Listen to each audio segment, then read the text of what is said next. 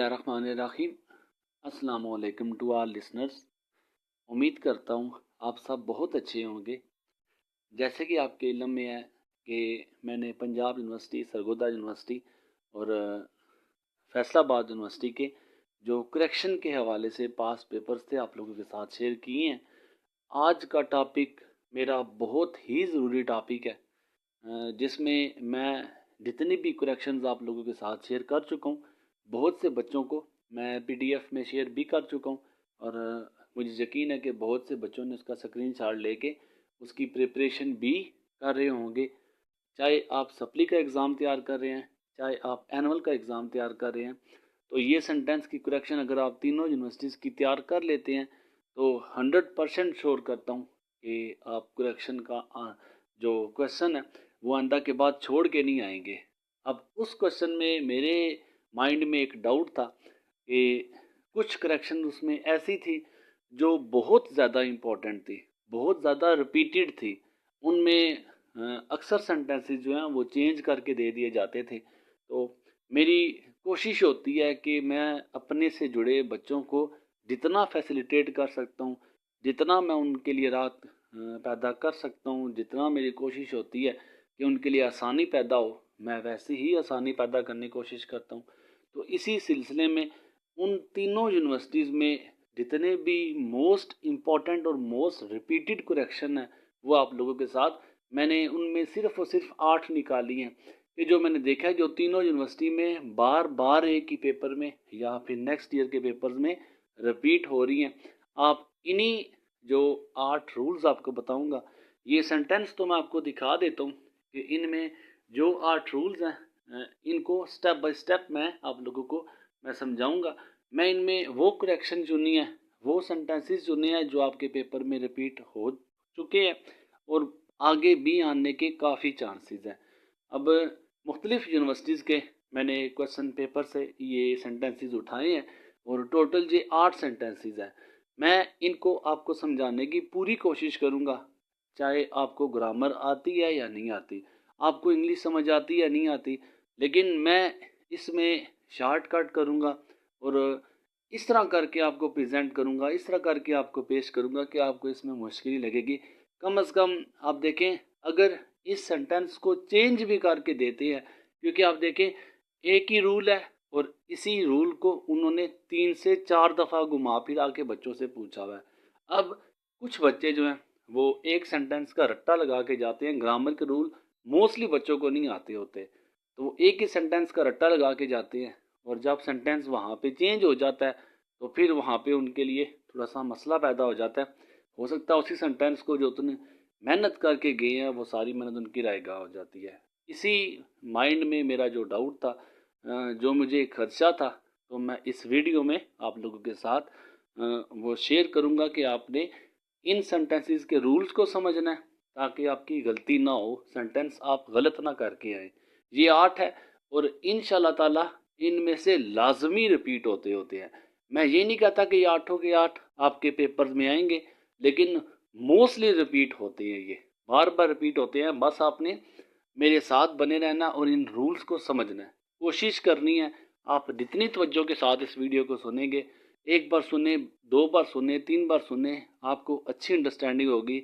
अगर इसके अलावा भी अगर आपके माइंड में क्वेश्चन होता है तो आप मुझसे ज़रूर पूछें। चलिए, ये पहला रूल आपने इसे देखना है, मैं इसे मार्क के साथ आपको समझाऊंगा। अब मैंने इसे बोल्ड किया हुआ है, हर सेंटेंस में जो आपकी काम की बातें हैं वो आपने उसे याद रखना है। मैंने इनको बोल्ड किया हुआ है, आप इसे देखें, हैड बीन है और फार है। जो इसका रूल है जो आपने समझना है, ये रूल सिंस और फार के साथ आता है। ये देखिए, एक सिंस, मैं जहाँ पे शॉर्टकट हो सकेगा मैं आपको शॉर्टकट बताऊंगा और जहाँ पे मुझे ज़रूरत पड़ेगी, स्टूडेंट को रूल समझने की ज़रूरत है, वहाँ पे आपको मैं रूल समझाऊंगा। आप इसे देखें कि सिंस और फार का ये रूल है, ये सिंस और फार का, यहाँ पे आपकी ये मिस्टेक ज़्यादा होती है, ये आपकी यहाँ पे मिस्टेक्स ज़्यादा होती है। ठीक है, अब जो सेंटेंस के पीछे है, अगर सेंटेंस के पीछे आप देखें, आपने एक सेंटेंस पढ़ा है, I had been teaching in this school for 1960।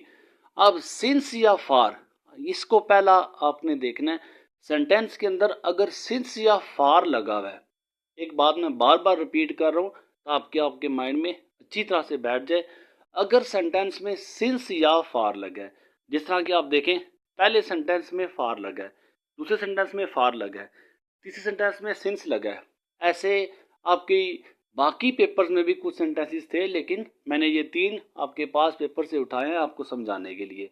अब सिंस या फार की सूरत में आपने जो देखना है, जो चेंज करनी है, इसमें 2 तरह की गलती हो सकती है। पहले आपने देखना है, जो आपको बार बार रिपीट कर रहा हूँ, सिंस या फार लगा हुआ है सेंटेंस के अंदर। अगर सिंस या फार लगा हुआ है तो फिर इसमें आप 2 तरह से चेंज कर सकते हैं। पहली चेंज आपकी या तो यहाँ पे होगी या फिर जहाँ पे होगी, ये दूसरी चेंज है। इनमें 2 तरह की गलतियां हो सकती हैं, ठीक है। मतलब इन दोनों में या तो इस जगह पे गलती होगी या इस जगह पे गलती होगी। अब देखें, अब अगर इस जगह पे जो आपका ये फर्स्ट पार्ट है और ये आपका सेकंड पार्ट है, ठीक है, अगर आपके फर्स्ट पार्ट में हैड बीन या हैज बीन होना चाहिए या हैव बीन होना चाहिए, कोई भी है, अगर हैड बीन भी है, हैज बीन भी है, हैव बीन भी है, यहाँ पे ये आपका जो फर्स्ट पार्ट है, अगर फर्स्ट पार्ट में हैड बीन, हैज बीन या हैव बीन लगा हुआ है, अगर लगा हुआ है तो दूसरी साइड पे आपका यहाँ पे या सिंस की गलती होगी या फार की गलती होगी।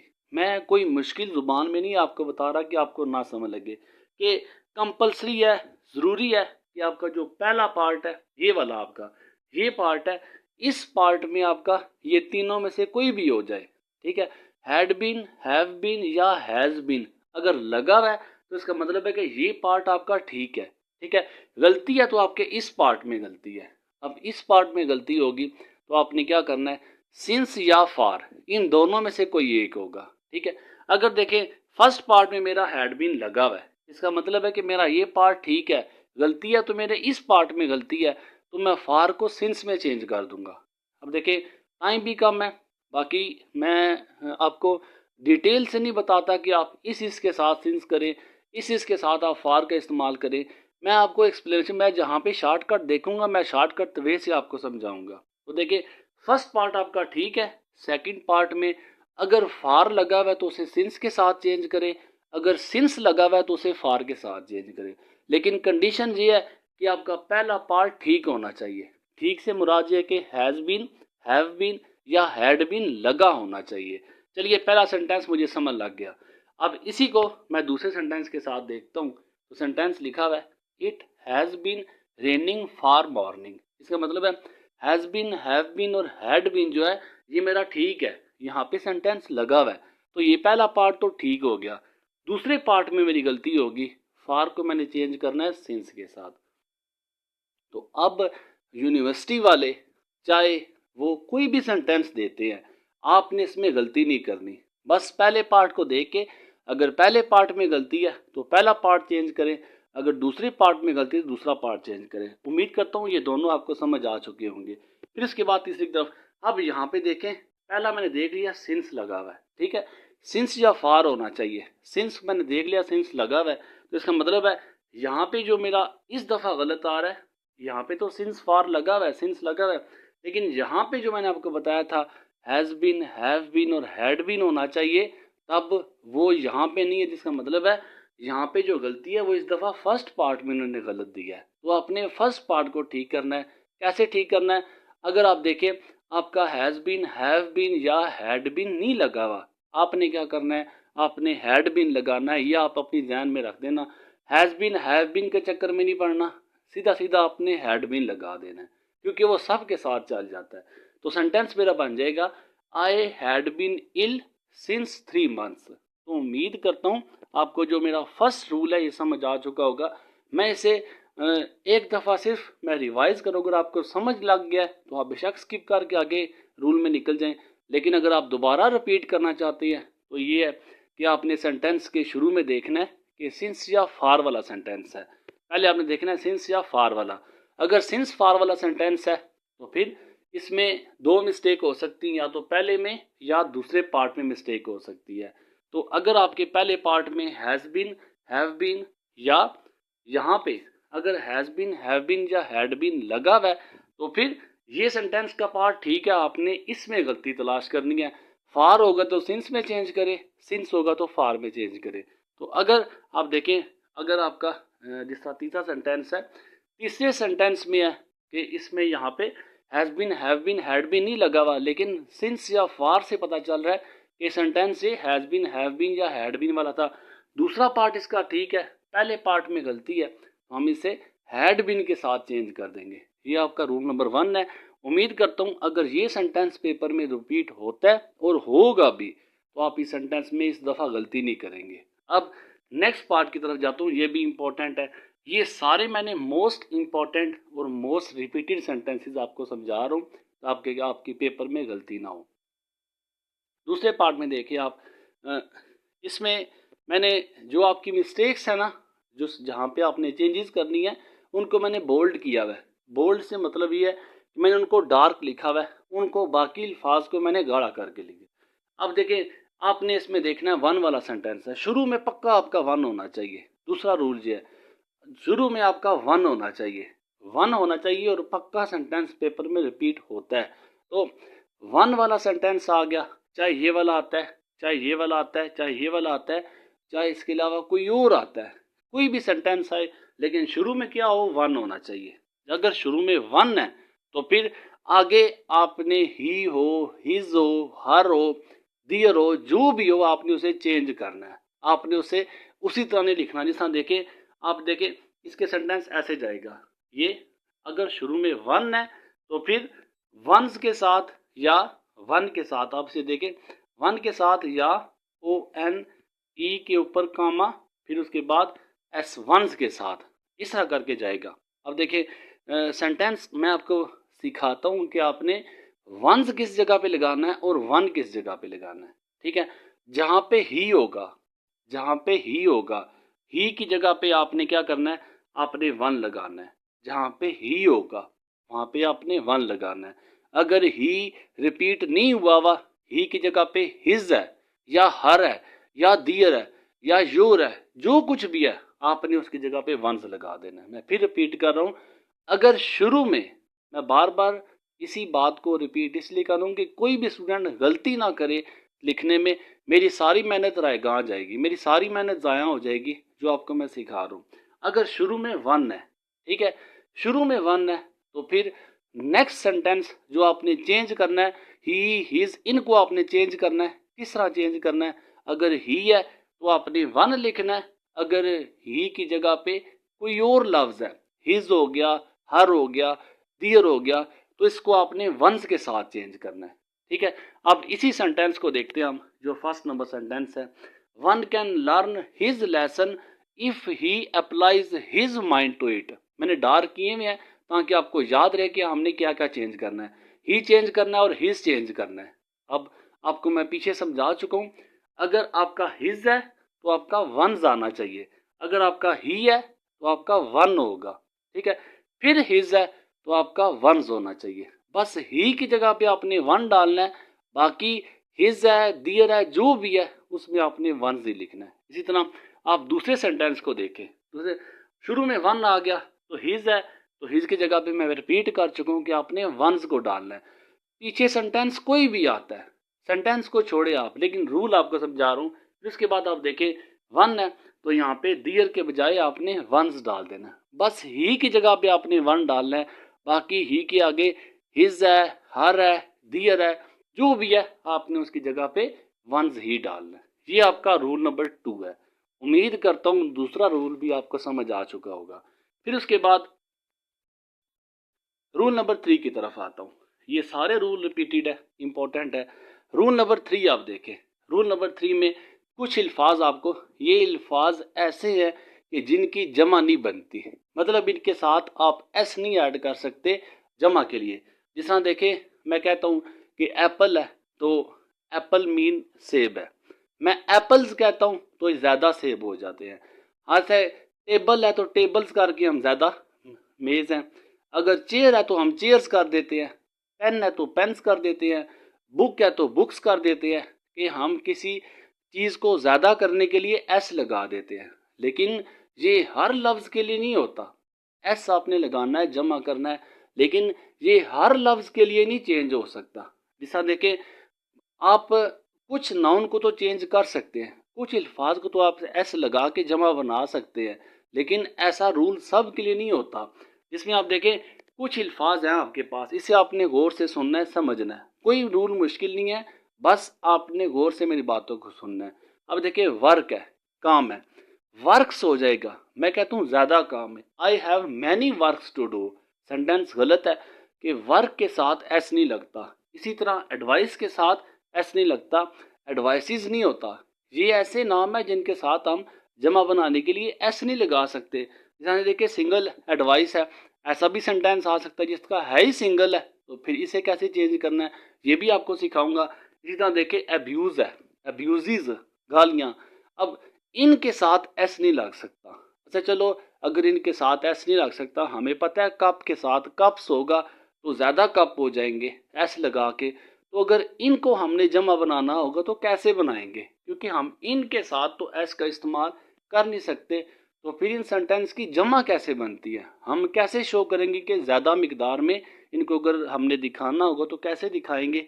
वो कैसे दिखाएंगे, आपने इस तरह चेंज करना है। अब जो चीज़ मैं आपको लिख रहा हूँ, आप इसे चाहे तो अपनी नोटबुक पे लिख लें, चाहे आप इसे कॉपी कर लें। आपने चेंज कैसे करना है, आ पीस ये लगाना है या आपने पीसीज लगाना है, इन दोनों को आपने देख लेना। आप इसे मैं आपको दोनों में सिखाता हूँ, ठीक है। वर्क्स हो गया, ज़्यादा को शो करता है, ठीक है। हमने जब इसे चेंज करना है ना, तो मैं इसे बोलूँगा पीसीज ऑफ, ठीक है। अब यहाँ पे ऑफ, यहाँ पे भी ऑफ, ठीक है। अब I have many works to do, जब ये आ आया ना, ये यहाँ पे ये आ वाले सेंटेंस को आपने छोड़ देना है। इसको मैं आपको बताऊंगा आपने इसे कहाँ पे इस्तेमाल करना है। लेकिन अगर आपके पास वो लफ्ज जो एस वाले आते हैं, जैसा देखे वर्क्स है, जैसा देखे एडवाइसिस है, जैसा देखे अब्यूजिज है, ये तीनों एस वाले हैं। ये एडवाइस जो है ये एस वाला नहीं है। इसको छोड़ के बाकी जो आपके पास सेंटेंस बचते हैं, जिसमें आपको बताया वर्क्स है ये एस वाला है, एडवाइसिस है ये एस वाला है, और अब्यूजिज है ये एस वाला है। एस वालों को आपने इसके साथ चेंज करना है, पीसीज ऑफ के साथ। किस तरह चेंज करना है मैं आपको तरीका सिखा रहा हूँ। एक मैं बनाता हूँ, दूसरा आप वीडियो को रोक के बाकी दोनों को आप खुद बनाएं। तो देखिए, I have many works to do, works है, बस एक तो पक्की बात है कि मैंने एस नहीं लगाना, तो सेंटेंस ऐसे बन जाएगा I have many work to do. नहीं, आपने वर्क ही लगाना है, लेकिन वर्क से पीछे आपने करना है पीसीज ऑफ, बस इतनी सी बात है। सेंटेंस बन जाएगा I have many pieces of work to do. तो उम्मीद करता हूँ आपको ये सेंटेंस मुश्किल नहीं लगा होगा। दूसरा आप देखें, अगर आपको समझ लगा है, वीडियो को पास करके मैं बाकी सेंटेंस बोलता हूँ, लेकिन आप पहले खुद से बनाएं ताकि आपको पता चल जाएगा कि आपको समझ आई या नहीं आई। अब दूसरा एडवाइसिस वाला देखें, एस वाले आपने देखने हैं।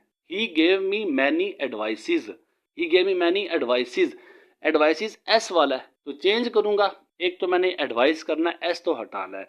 He gave me many advice, नहीं एस हटाना है, लेकिन उसके लिए जरूरी क्या है, मैंने पीसीज ऑफ पीछे लगा देना है। He gave me many pieces of advice, S नहीं लगाना आगे, he gave me many pieces of advice. इसी तरह आप तीसरे नंबर वाले को छोड़ के, क्योंकि उसके साथ एस नहीं लगा हुआ, ठीक है, बाकी इन दोनों के साथ एस लगा हुआ था, मैंने इसलिए ये एस वाला इस्तेमाल किया। अब लास्ट में he gave me many अब्यूजिज, अब्यूजिज, he gave me many abuse, S तो मैंने हटा दिया, तो सेंटेंस ठीक कैसे होगा, he gave me many pieces of abuse, ठीक है। अब ये तीनों तो मेरा पीसीज वाला हो गया। अब यहाँ पे आप देखें ना, जो तीसरे नंबर वाला माई फादर गेव मी, इसको आपने चेक करना है। अब my father gave me a useful advice, अब इसमें आ यूजफुल एडवाइस है, जब आ होगा तो इसका मतलब है कि हमने ये आ वाला इस्तेमाल करना है। इसमें आ के साथ हमने आ वाला लगाना है, और अगर आ नहीं लिखा होगा तो हमने इसके साथ ये वाले इस्तेमाल करने, जो पीसीज आ वाला। तो सेंटेंस खुद बनाए, कैसे बनेगा, my father gave me a useful piece of advice, sentence आपका ऐसे बन जाएगा। तो उम्मीद करता हूँ आप इस सेंटेंस में भी कंफ्यूज नहीं हुए होंगे। आप इसको वीडियो को आपने डाउनलोड करके रख लेना है, सेव करना है, आपने इसको बार बार सुनना है ताकि आपकी रिहर्सल होती रहे, आपकी रिवीजन होती रहे, आप लोग इन रूल्स को भूलना नहीं है। पेपर पे जाने से पहले आपने इनको लाजमी सुनना है। फिर उसके बाद मैं नेक्स्ट रूल की तरफ चलता हूँ, इस उम्मीद के साथ कि आपको ये तीनों रूल समझ आ चुके होंगे। फिर उसके बाद नेक्स्ट रूल आसान सा रूल है, कोई इतनी मुश्किल बात नहीं है। कुछ बातें आपने याद रखनी है। क्या कि अगर किताबों का नाम आता है, बातें लिख ले, इसको आपने याद रखना है। अगर किताबों का नाम आता है, किताबों का नाम या अखबारात का नाम आता है, अखबार जो न्यूज़पेपर्स होते हैं, न्यूज़पेपर के नाम के साथ, किताबों के नाम के साथ, दरियाओं के नाम के साथ, और जो कौम होती है, कौमों के साथ। कौम क्या, जैसा देखिए अंग्रेज एक कौम है, अब हिंदू एक कौम है, अब इसी तरह मुसलमान एक कौम है, अब इसी तरह चीनी जो है, इंडियन जो है, ये कौम है। अब कौम के साथ आपने दी का इस्तेमाल करना है। चार चीज़ें आपको बताएंगे, ठीक है। पहली चीज़ क्या बताई है, किताब के साथ। किताब के साथ जिस तरह देखें, होली कुरान जो एक किताब है, बाइबल एक किताब है, इन किताबों के साथ आपने बस दी का इस्तेमाल करना है, ठीक है। नेक्स्ट आपको बताया ये न्यूज़पेपर है, पाकिस्तान टाइम्स, जंग का आ सकता है, डॉन का आ सकता है, ये न्यूज़पेपर है, ये न्यूज़पेपर है, ये दोनों न्यूज़पेपर है, ये सारे आपके पास पेपर से ही उठाए हैं, ठीक है। अब इन न्यूज़पेपर के साथ भी हमने दी का इस्तेमाल करना है। फिर उसके बाद दरियाओं के साथ, रिवर हो गया, रावी हो गया, जो झेलम हो गया, चनाब हो गया, सतलज हो गया, दरिया का किसी का भी, नाइल रिवर, NILE नाइल। अब दरियाओं के नाम के साथ भी आपने दी का इस्तेमाल करना है, ठीक है, उनसे पीछे आपने दी का इस्तेमाल करना है। और लास्ट में आपको बताया था जो कौमें होती हैं, कौम जो होती है, जैसा आपको अंग्रेज़ों की मिसाल दी थी, बाकी मिसालें भी दी थी, तो चूंकि इसमें अंग्रेज़ कौम का जिक्र है तो मैं अंग्रेज़ का ही जिक्र करूंगा। ये आपने चार बातें याद रखनी हैं, किताबों के साथ, अखबारों के साथ, दरियाओं के साथ, और कौम के साथ दी का इस्तेमाल करना है। किताबों के साथ तो समझ लग गया, होली कुरान है तो हमने दा होली कुरान लिख देना है। अब एक बात आपने याद रखनी है, इनके लेटर्स हमेशा कैपिटल होने चाहिए। पेपर में लेटर कैपिटल ही आते हैं, ठीक है, 90% चांसेस है कि लेटर कैपिटल आते हैं, लेकिन हो सकता है आपको ये मिस्टेक दें कि इनके लेटर्स भी इस्तेमाल कर दें। जिस तरह होली कुरान का H स्मॉल लिख देंगे, कुरान का Q स्मॉल लिख देंगे। तो आपने अगर तो स्मॉल है तो आपने इनको भी कैपिटल रखना है और इनसे पीछे दी का इस्तेमाल करना है। लेकिन अभी तक के पेपर्स में कोई भी लेटर स्मॉल नहीं था, सारे कैपिटल ही आए थे। लेकिन एक मैं आपको पहले से आगाही दे रहा हूँ कि आपने इसमें गलती नहीं करनी, इसको भी आपने चेक करना है। तो we should read the holy Quran, आपको बताया किताबों के नाम से पहले दी लगाना है।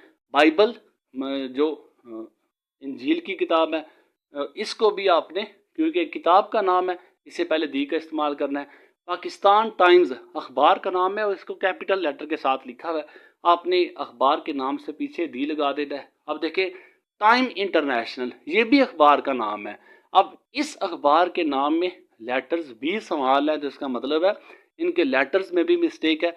आपने इनके लेटर्स भी देखने हैं, टाइम का T कैपिटल करना है, इंटरनेशनल का I कैपिटल करना है, और इनसे पीछे आपने दी का इस्तेमाल करना है, ठीक है।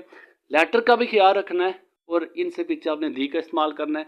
अब Ravi flows near Lahore, Ravi flows, Ravi दरिया का नाम है, झेलम रिवर भी आ सकता है, तो दरियाओं के नाम से पीछे भी आपने दी का इस्तेमाल करना है। बाकी इसमें कोई चेंज नहीं है। इसके बाद आप देखें English is the language of English, last में आपको बताया कौम। आप देखें इसमें दो इंग्लिश हैं, एक इंग्लिश आपका फर्स्ट वाला है, एक इंग्लिश आपका जो कौम वाला है। अब इन दोनों में आपको कैसे पता चलेगा कौन सा? एक इंग्लिश जो है वो ज़ुबान के बारे में है, ज़ुबान जैसा देखे उर्दू लैंग्वेज है, इसी तरह इंग्लिश लैंग्वेज है, फारसी है, लातीनी है, हिंदी है, ये चीनी ज़ुबान है, ये सारी ज़ुबानें हैं जो हम बोलते हैं। एक ज़ुबान है जिससे मैं आपको समझा रहा हूँ, तो एक ज़ुबान है। अब ज़ुबान से पीछे आप कभी भी दी का इस्तेमाल नहीं करते। अब यहाँ पे भी इंग्लिश है, यहाँ पे भी इंग्लिश है, किसी के पीछे भी दी का इस्तेमाल हो सकता है, लेकिन आपने याद रखना है इंग्लिश इज़ द लैंग्वेज। ये इंग्लिश जो है ये लैंग्वेज है, ये वाला इंग्लिश, ये फर्स्ट वाला, ये इंग्लिश लैंग्वेज, इससे पीछे कभी भी दी का इस्तेमाल नहीं होगा, क्योंकि ज़ुबानों से पीछे हम कभी भी दी का इस्तेमाल नहीं करते। जैसा उर्दू है तो उर्दू से पीछे कभी भी आप दी का इस्तेमाल नहीं करेंगे। अब इंग्लिश है तो इंग्लिश के पीछे क्योंकि एक ज़ुबान है, ज़ुबान से पीछे हम कभी भी दी का इस्तेमाल नहीं करेंगे। इसका मतलब है कि ये सेकंड जो है ये इंग्लिश जो है ये अंग्रेज़ों के बारे में, ये अंग्रेज़ जो कौम है, तो कौम से पीछे हम दी का इस्तेमाल कर सकते हैं। सेंटेंस कैसे बनेगा? English is the language of the English. अब जो सेकंड वाला इंग्लिश है इससे पीछे दी लगेगा, क्यों? क्योंकि ये सेकंड वाला इंग्लिश ये कौम के बारे में है। जो फर्स्ट वाले इंग्लिश के पीछे दी नहीं लगेगा, अगर लगा हुआ तो वो गलत है। उसको आपने ठीक करना है कि आपने फर्स्ट वाले के जो दी है उसको रेज कर देना है। English is the language of the English, second वाले के पीछे दी आना चाहिए। जो फर्स्ट वाला इंग्लिश है इससे पीछे आपने दी नहीं लगाना। ठीक है, ये आपका रूल आपका जिसमें आपने दी का इस्तेमाल करना है। Next rule number 5। Rule number 5 ये देखें, जो higher we climb cooler we feel, higher we go cooler it is, more you work better it will be for you. अब ये जो आपकी सेकंड डिग्री है, ये हायर और कूलर, मोर और बेटर, एक ही सेंटेंस में देखें दो सेकंड डिग्री लगी हुई है। एक ही सेंटेंस के अंदर दो, एक ही सेंटेंस के अंदर दो। अब यहाँ पे आप कंफ्यूज होगे ये सेकंड डिग्री क्या होती है। देखें, एडजेक्टिव, एडजेक्टिव कहते हैं क्वालिटी, किसी भी चीज़ की क्वालिटी। मैं आपको किसी भी नाउन की क्वालिटी मैं आपको आसान अल्फाज में समझा रहा हूँ। ठीक है, आपने एक दरवाज़ा देखा, आपको वो दरवाज़ा बहुत ही प्यारा लगा। आप तीन शख्स है, आप उस दरवाजे की तारीफ में कहते हैं। एक कहता है प्यारा है, दूसरा कहता है बहुत प्यारा है, तीसरा कहता है सबसे प्यारा है। तो तीन तरह के लोगों ने उसके बारे में तीन राय दी। पहले ने कहा प्यारा, दूसरे ने कहा बहुत प्यारा, तीसरे ने कहा सबसे ज्यादा प्यारा। अब जो पहले वाले ने कहा वो हम फर्स्ट डिग्री कहते हैं, जो दूसरे वाले ने कहा हम उसे सेकंड डिग्री कहते हैं, जो तीसरे वाले ने कहा हम उसे थर्ड डिग्री कहते हैं। ये है किसी भी नाम के बारे में आपने जो अपने ख्यालात का इजहार किया, पहली डिग्री में कैसा था, दूसरी में कैसा था, तीसरी में कैसा था। फूल देखा तो प्यारा, बहुत प्यारा, सबसे प्यारा। आप किसी भी चीज़ को देख के आप जो उस चीज़ के बारे में तारीफ में जो उसकी डिग्री इस्तेमाल करोगे वो फर्स्ट, सेकंड और थर्ड डिग्री कहलाएगी। अब यहाँ पे जो है ना ये सेकंड डिग्री है, हायर। हाई जो है इसकी पहली degree, higher second degree, highest. अब देखें, केटू की बात करूं, किसी माउंटेन की बात करूं, किसी पहाड़ी की बात करूं, ऊंची है, बहुत ऊंची है, सबसे ऊंची है। ये तीन डिग्री में कहा ऊंची, दूसरी डिग्री में कहा मैंने बहुत ऊंची, तीसरी में कहा मैंने सबसे ऊंची। लेकिन जो सेकंड डिग्री होती है ना, सेकंड डिग्री, ये यहाँ पे ये सेकंड डिग्री इस्तेमाल की हुई है। ठीक है, हमने जैसा देखे स्मॉल, स्मॉलर, स्मॉलेस्ट कहते हैं, टाल, टालर, टालेस्ट कहते हैं। अब ये तीन तरह की डिग्री हम इस्तेमाल करते हैं किसी चीज़ को बताने के लिए। अब अगर सेकंड डिग्री यहाँ पे लगी हुई है सेंटेंस के अंदर, सेकंड डिग्री जो आपको मैंने बताया है ई आर वाली जो फर्स्ट सेंटेंस में है, अब ई आर वाली डिग्री लगी हुई है तो याद रखें अगर एक सेंटेंस में डबल सेकंड डिग्री लगी हुई है, आप सेंटेंस ये भी हो सकता है, इसके अलावा कोई और भी हो सकता है, लेकिन रूल समझ आ जाएगा। आप सेंटेंस चाहे वो जितने मर्जी चेंज करके दे, आप उसको ठीक करके लिख लोगे। जब अगर सेकंड डिग्री होता है तो रूल ये है कि सेकंड डिग्री से पीछे हम दी का इस्तेमाल करते हैं। बस ये भी सेकंड डिग्री है, इससे पीछे भी हम दी का इस्तेमाल करेंगे। फर्स्ट लेटर आपका कैपिटल हो जाएगा। The higher we climb the cooler we file, दो वी फील, सॉरी। अब इसको सेंटेंस को आपने ऐसे चेंज करना है। अब यहाँ पे जो मोर है और बेटर है ये भी सेकंड डिग्री ही है। कैसे? मोर, अब देखें हर सेंटेंस को हम ई आर लगा के चेंज नहीं कर सकते। हम कहते हैं खूबसूरत, ठीक है, खूबसूरत फूल, बहुत खूबसूरत और सबसे ज़्यादा खूबसूरत। ये जो मोर है ना, अब ब्यूटीफुल, खूबसूरत, ये फर्स्ट के लिए होता है। जब हम इसे ज़्यादा खूबसूरत कहते हैं ना, हम इसे मोर ब्यूटीफुल कहते हैं सेकंड में। और जब हम इसे बहुत ज़्यादा खूबसूरत कहते हैं, हम इसे मोस्ट ब्यूटीफुल कहते हैं। पहला ब्यूटीफुल होता है, दूसरा मोर ब्यूटीफुल होता है, तीसरा मोस्ट ब्यूटीफुल होता है। जो सेकंड में है मोर, अब ये सेकंड डिग्री लगी हुई है। इसी तरह गुड, बेटर और बेस्ट, गुड फर्स्ट डिग्री होती है, बेटर सेकंड डिग्री होती है और बेस्ट थर्ड डिग्री होती है। ठीक है, आप किसी चीज़ को अच्छा, बहुत अच्छा और सबसे अच्छा, गुड, फिर दूसरा कहता है बेटर, तीसरा कहता है बेस्ट, इसका मतलब बेस्ट सबसे बेहतरीन है। तो ये बेटर भी सेकंड डिग्री है। तो सेकंड डिग्री की सूरत में आपको पता चलना चाहिए कि ये सेकंड डिग्री है। सेकंड डिग्री की सूरत में आपने उससे पीछे दी का इस्तेमाल, इतना ही रूल है आपका। तो उम्मीद करता हूँ आप इस रूल में भी कंफ्यूज नहीं होंगे, आप इस रूल को भी अच्छा अटेम्प्ट कर लेंगे। फिर उसके बाद आता है रूल नंबर 6। आसान सा रूल है, इसमें कोई मुश्किल बात नहीं है, बचपन से हम पढ़ते आ रहे हैं। अगर आपकी बेस नहीं आपकी इतनी अच्छी, तो मैं आपको बता रहा हूँ कि जब भी कोई नाम आता है, ठीक है, इसे प्रॉपर नाउन कहते हैं। प्रॉपर नाउन से मुराद ये होता है कि आपने किसी शख्स का नाम, किसी मुल्क का नाम, किसी शहर का नाम, इन नाम से पहले जितने भी ये नाम होते हैं ये प्रॉपर नाउन कहलाते हैं। इनसे पहले हम कभी भी दी का इस्तेमाल नहीं करते। अब देखिए, किसी शख्स का नाम है, औरत भी हो सकती है, मर्द भी हो सकता है, इनसे नाम से पहले आप कभी भी दी का इस्तेमाल नहीं करेंगे, ठीक है। किसी मुल्क का नाम हो सकता है, किसी शहर का नाम हो सकता है, इनके नाम 3 बातें आपको बताइए, मैं ज़्यादा डिटेल में नहीं जा रहा। किसी शख्स का नाम हो, चाहे मर्द है चाहे औरत है, शख्स के नाम से पीछे दी का इस्तेमाल नहीं लगा सकते हम। इसके अलावा किसी शहर के नाम से पीछे और किसी मुल्क के नाम से पीछे हमने दी का इस्तेमाल ही करना। जैसे देखिए असलम, अब असलम जो फर्स्ट में है, असलम नाम है, एक शख्स का नाम है, तो इससे पीछे हमने दी का इस्तेमाल गलत है, ये इसको दी नहीं लगाना। असलम लिव्स इन लाहौर, लाहौर एक शहर का नाम है, ठीक है। अब शहर के नाम से पीछे भी और शख्स के नाम के पीछे भी दी का इस्तेमाल नहीं होनी चाहिए। पहले में ये गलती। दूसरे में हमने अभी सीखा कि असलम से पीछे तो हमने दी का इस्तेमाल करना ही नहीं है। इसके बाद लाहौर से देखिए, आप लाहौर से पीछे भी दी का इस्तेमाल किया हुआ है, तो ये दोनों ऐसे भी गलती हो सकती है आपकी। असलम लिव्स इन लाहौर, ये सेंटेंस ठीक है। अब ये सेंटेंस गलत कब है? जब असलम के पीछे या लाहौर के पीछे दी का इस्तेमाल होगा। तो इस तरह आपने याद रखना है, चाहे नाम है, चाहे शहर है, चाहे मुल्क है, उनसे पीछे दी का इस्तेमाल नहीं होना चाहिए। जैसा देखें United states, United States America को कहा जाता है, यूनाइटेड स्टेट्स ऑफ अमेरिका, ये इसका पूरा नाम है।